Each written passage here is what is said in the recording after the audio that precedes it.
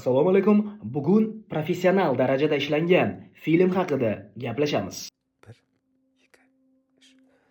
Auru qarzga botgan yosh oila hayoti orqali insonning og'ir qarorlari, vijdon va axloq o'rtasidagi kurashni ko'rsatadigan chuqur mazmunli Qozog'iston filmidir.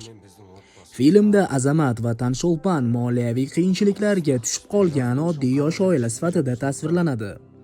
Qarzlar, bosim va umidsizlik Azamatni noodatiy va xavfli reja tuzishga majbur qiladi.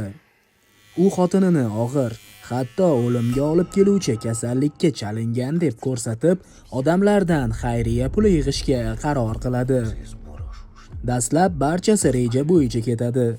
Ular tayyorlagan ta'sirli videolar, soxta tibbiy ma'lumotlar va odamlarning rahm-shafqati orqali katta miqdorda pul kela boshlaydi.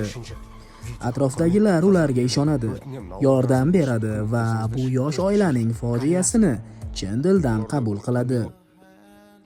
Ammo vaqt o'tishi bilan oson pul va jamoat e'tibori ularni o'z domiga tortadi. Yolg'on ko'payib ketadi va murakkablashib boradi. Har bir yangi qadam yanada katta xatarga olib keladi.